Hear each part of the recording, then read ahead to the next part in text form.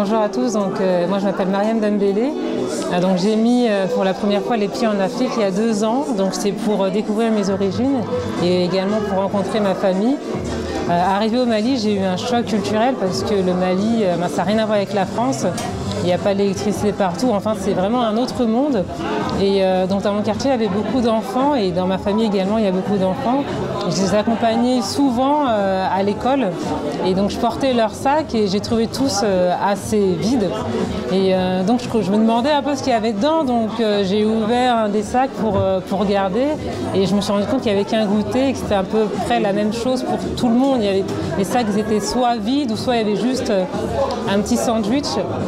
Arrivé à l'école, j'ai fait le constat que c'était la même chose pour la majorité des écoles, des étudiants.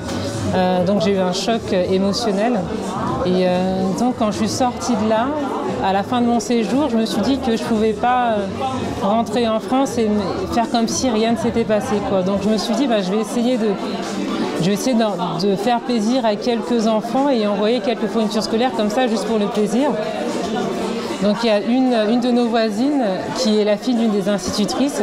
Donc je l'ai contactée via Facebook. Je lui ai dit écoute Mariam, si je t'envoie des fournitures scolaires, est-ce que tu peux demander à ta mère si elle pourrait les donner aux enfants?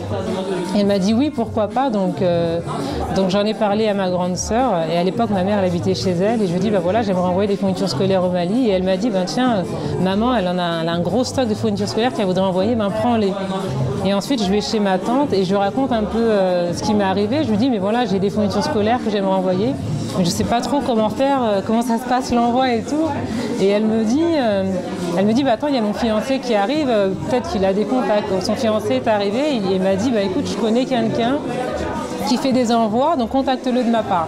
Et je connais également quelqu'un qui a comme des barigots, je sais pas, des grandes barriques là, qui peut te vendre pas cher et tu pourrais mettre les fournitures scolaires dedans et les envoyer.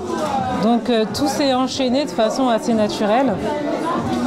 Alors voilà, tout est arrivé ensuite au Mali. Donc Mariam a récupéré les fournitures scolaires avec sa mère. Elles les ont distribuées aux enfants. Et donc j'ai dit à Mariam, prends beaucoup de photos, comme ça je vais en parler à des copines et je vais leur dire, écoutez, si ça vous dit, on le refait une autre fois. Donc c'est ce qui s'est passé, elle a pris plein de photos, elle me les a envoyées, donc je les ai mis sur les réseaux sociaux et j'ai dit à mes copines, voilà, je l'ai fait, ça fait plaisir aux enfants, si vous voulez, on peut continuer à le faire. Donc j'ai plein de copines qui ont dit, Mariam, on veut le faire avec toi. Donc on a fait un deuxième envoi. Et pour le troisième, on s'est dit, on va essayer de s'organiser un peu. Donc on est 6, chacune va prendre une partie de l'Île-de-France, on va s'appeler les ambassadrices de l'association.